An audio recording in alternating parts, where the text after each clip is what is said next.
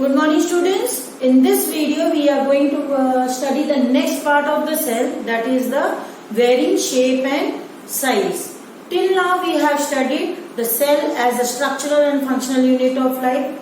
We also studied with the invention of microscope how the cellular world came into existence, came to be known to us. We also studied the different parts of the cell theory, different points postulated in the cell theory. And now we are going to study the cell having different shape and size. Before we go to different shape and size, first of all we should know why cell needs different shape and size. Coming to size, why do cells require different sizes? The cells can be of same size. And if we observe at the cells of a particular organism are almost similar in shape. We find difference in the shape only when we come to higher forms. So we find different shapes and size of the cell not only in an organism but even in different parts of the same organism. So why do we need different shapes and size? So first of all we will talk about size. The varying size helps the cells to increase the surface area. The varying size of the cells helps to perform certain functions very efficiently. The same stands true with the shape also. The cells have varying shapes so that it can carry out any particular functions specifically in the best possible way.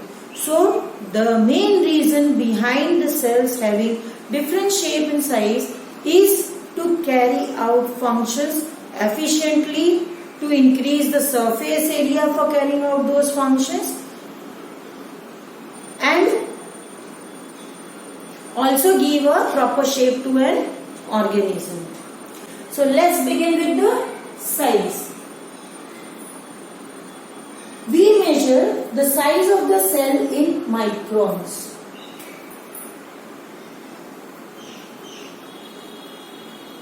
And this is the symbol of micron. So we measure the size of the cell in microns, and 1 micron is equal to 1 by 1000 mm. 1 micron is equal to 1 by 1000 mm. And the size of the cell that varies is from 0.1 micron to 15 centimeter. The different sizes of the cell varies from 0.1 micron to 15 centimeter. 15 centimeter this size. That is your ostrich egg. Almost the size of a coconut. So this is your general size of cell that varies from 0.1 micron to 15 centimeter, 0.1 micron. This is 1 micron. 1 micron is 1 by 1000 mm. Just imagine the size of the organism having 0.1 micron. So smallest cell is your mycoplasma, which is a bacteria, also known as PPLO. PPLO means Pleuropneumonia-like organism. Pleuropneumonia-like organism. The name of this organism is mycoplasma. It is your bacteria. It is a kind of bacteria having the size of 0.1 micron. This is the smallest cell known to us so far. This is the smallest cell known to us so far. Coming to the largest cell is your ostrich egg. This ostrich egg measures from 13 to 15 centimeter. From 13 centimeter to 15 centimeter in size. That is in diameter. It is almost the size of a coconut.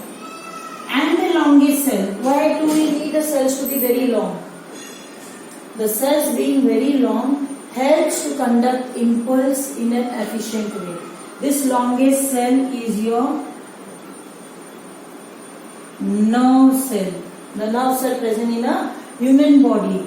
It can be as big as 1 meter, as long as 1 meter. It can be as long as 1 meter. Now this length provides efficiency to that nerve cell to conduct impulse, so that it can conduct impulse in the fastest and the quickest manner. This is all about the size.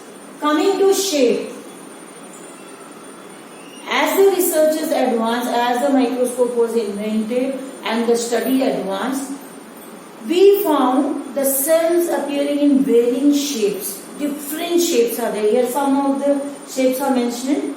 These are the list of some of the shapes. Beginning with irregular shape. When the cells came into existence, when the first cell was formed, it did not have any particular shape or size. It was irregular in shape. What is the example of irregular cells? That is your amoeba, which is a unicellular organism. Now why this irregular shape is there? Because during this cells, this is a unicellular organism, it does not have any organ or organ system. So the cell itself has to carry out all the activities to survive. So if we look at the shape of the amoeba, it does not have a particular shape. This is your nucleus. This is your nucleus. Your amoeba has well-defined nucleus. This is your cell membrane.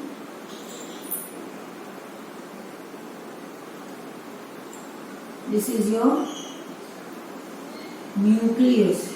And you can see this arms projecting out. These arms which are projecting out is pseudopodia. What is pseudopodia? Pseudo means false. Podia means legs. Pods. We have tetrapods. We are bipods. Why? Because we have 2 legs. So pod means legs or outgrowth. So pseudopodia, a leg-like structure, an arm-like structure, an arm-like structure. So pseudopodia, they are not actually your arms or legs, appendages. These are just outgrowths. What happens if there is any food here?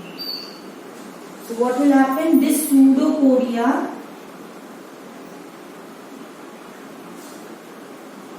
will form a enclosure here, and finally you will have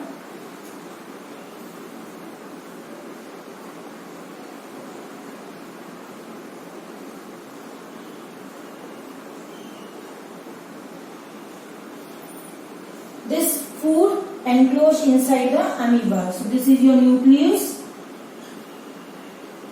and this is your vacuole. They will form a vacuole inside the cell, inside the body. This vacuole is known as contractile vacuole. Now the food is enclosed in this. Now here intracellular digestion will take place and the amoeba will get its energy, and all the waste produced will be again ejected out of the body in the same manner as here enclosure was formed. Now this vacuole will move to the other side, they will open and the waste will be ejected out. So waste will be ejected out. So this is how the life goes on in amoeba. So amoeba has irregular shape, and all the cells having irregular shape are known as possessing amoeboid shape. So irregular shape is also known as amoeboid shape. And other cells possessing amoeboid shape is your WBC, the leukocytes, the white blood cells in our body. They also have irregular or amoeboid shapes to carry out phagocytosis. They carry out phagocytosis just in the same manner. Coming to the next type is your elongated cells. Depending on the functions they perform, the cells become elongated. So first, elongated, we will have examples as nerve cells and sperms. Nerve cells and sperms are elongated shape. Now this elongated shape has also been divided into different types based on the functions they perform. For example, is your tubular structure. They are not only elongated but they are tube-like structure. Example is your vascular bundle, that is xylem and phloem.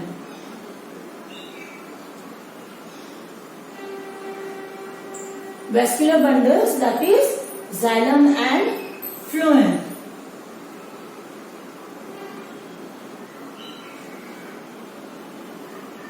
So you can see they form a elongated tubular-like structure for conduction of water, minerals and food. Xylem conducts water from the root to upper parts of the body and phloem conducts, this is your xylem and this is your phloem.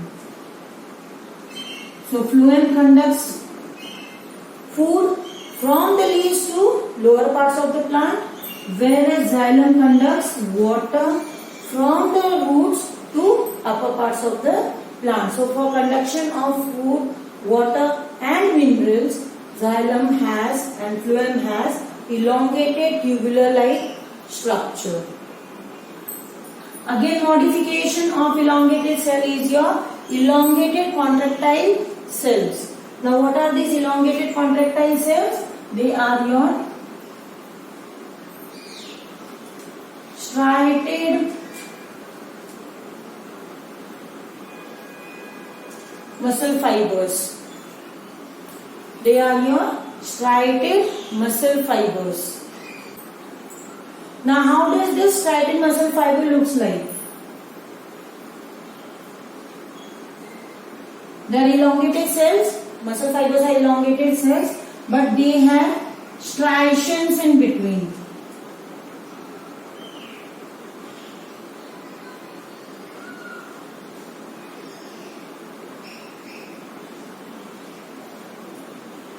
They have striations in between. Now these striations are nothing but this is your light band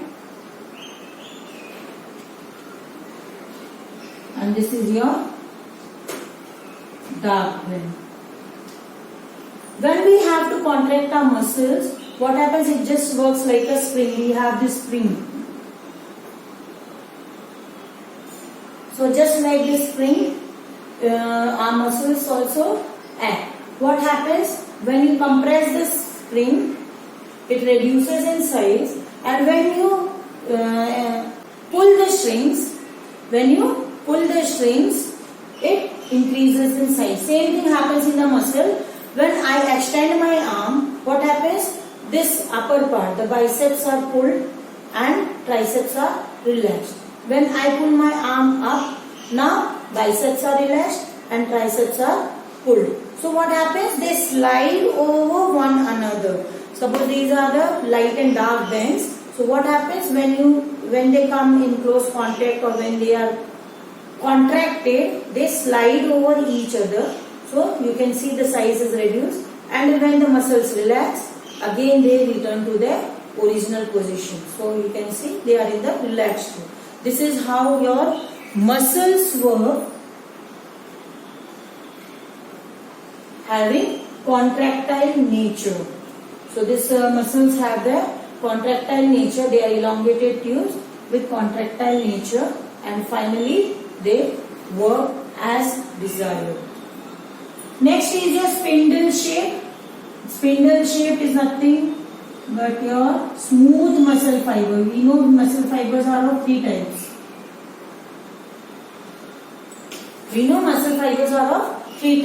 That is your striated muscles, non-striated and cardiac muscle. So cardiac muscles has nothing but the elongated contractile muscles. Here difference is only the striated muscles are the muscle fibers are elongated tubes, whereas in cardiac cells they are of same structure but branched. Now coming to spindle shape. Now another type of muscle fiber, that is a smooth muscle fiber, has a spindle shaped structure.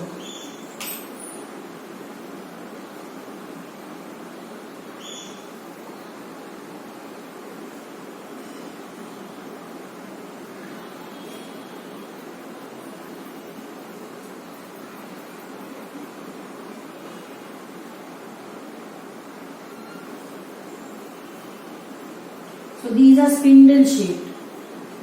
We can say they are just in this shape.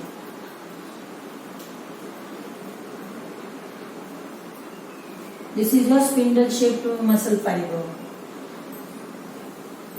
Spindle shaped muscle fiber, which gives a smooth appearance. They are present in your gullet, in your food pipe, in order to pass the food smoothly down the esophagus. So spindle shaped muscle fiber. Coming to kidney shaped cells.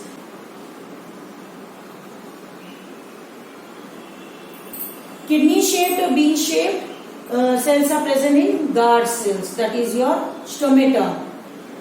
The stomata is guarded by guard cells. They are kidney shaped or bean shaped. So you can see this is the shape of your guard cells.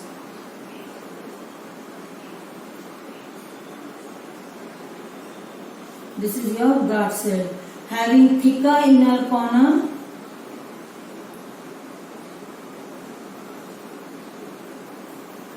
the inner membrane is thick and the outer membrane is thin. So this is your guard cell, which helps in opening and closing of stomata, thus helping them carry out exchange of gases and transpiration. Same way we have sleeper shaped cells. They are in paramecium. Biconcave shape in RBCs. RBCs have this biconcave shape. There is a depression.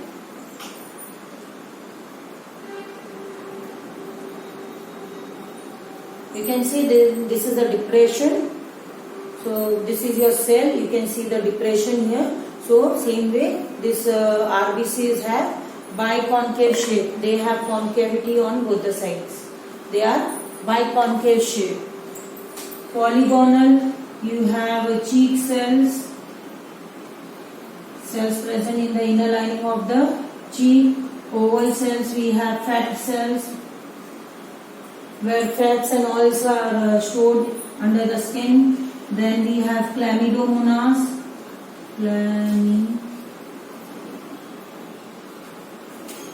Chlamydomonas is an organism, is an protozoan having oval shape.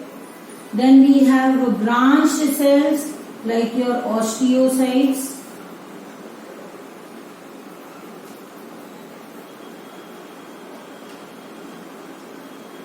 Osteocytes. So these are some of the shapes of the cells which are present in our body or in different organisms. So I hope it is clear why do cells have different shape and size. They have different shape and size in order to carry out vital functions of the living body. That's all in this video. Thank you. Goodbye.